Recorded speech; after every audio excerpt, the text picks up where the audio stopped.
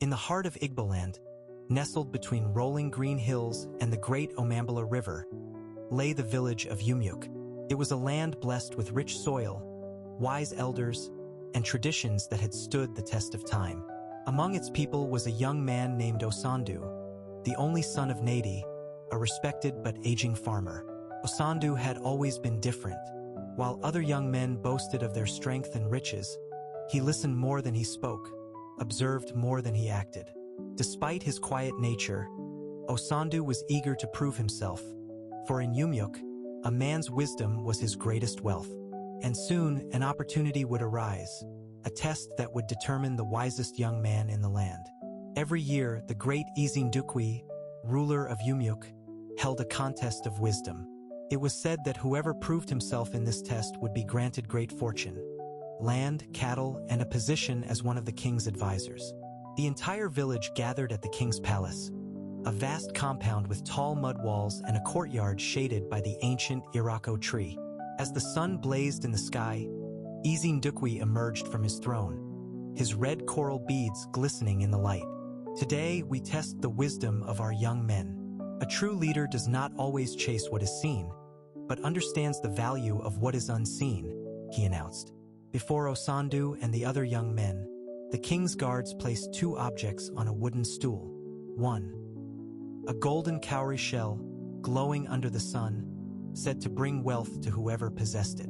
Two, a plain wooden staff, carved from the Irako tree, ordinary in every way.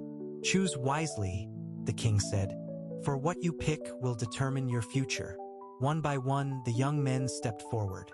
Most eagerly grabbed the golden cowrie, believing it to be the path to riches.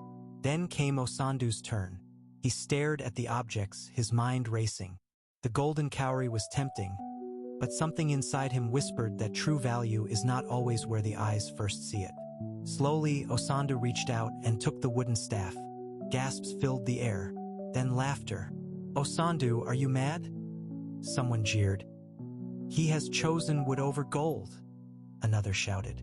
Even his father, Nadi, lowered his head in shame. But the king said nothing. He only nodded and dismissed the gathering. For Osandu, that was the day the village saw him as a fool. In the weeks that followed, Osandu became the laughingstock of Umyuk. "Nadi's son thinks wood is better than gold," people whispered. Even Nadi himself was disappointed. "My son, why bring shame upon our family?" he asked one evening. Osandu could only reply, "Father, I believe the king's test was not about gold, but something deeper." Nadi sighed. "Wisdom or not, the village sees you as a fool." One night, as Osandu walked alone by the Omambala River, he met Dibia Okari, the village seer. "Young man," the old man said, his voice deep as the night, "do you know what you hold in your hands?" "A simple wooden staff," Osandu replied. Dibia Okari chuckled. "That staff is not just wood. It is a key, but only those with patience will see its power." Then, without another word, the old man vanished into the shadows. Osandu clutched the staff tighter. Maybe, just maybe, he had not been a fool after all.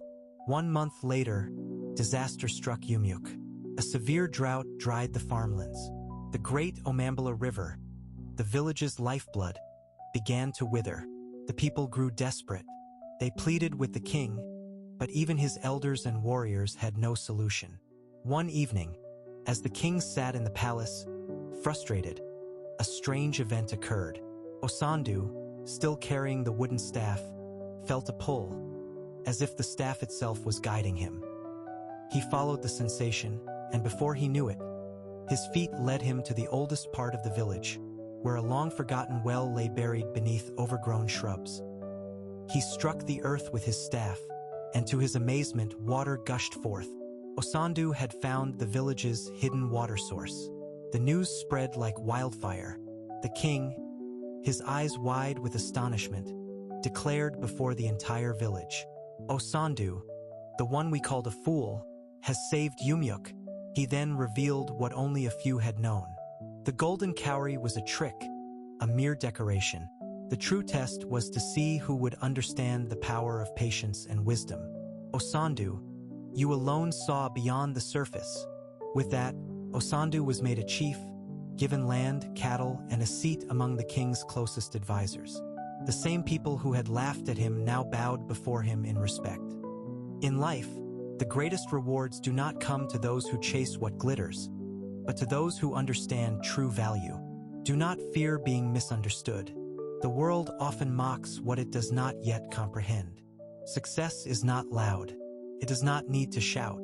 A great tree does not grow by boasting, but by silently taking root.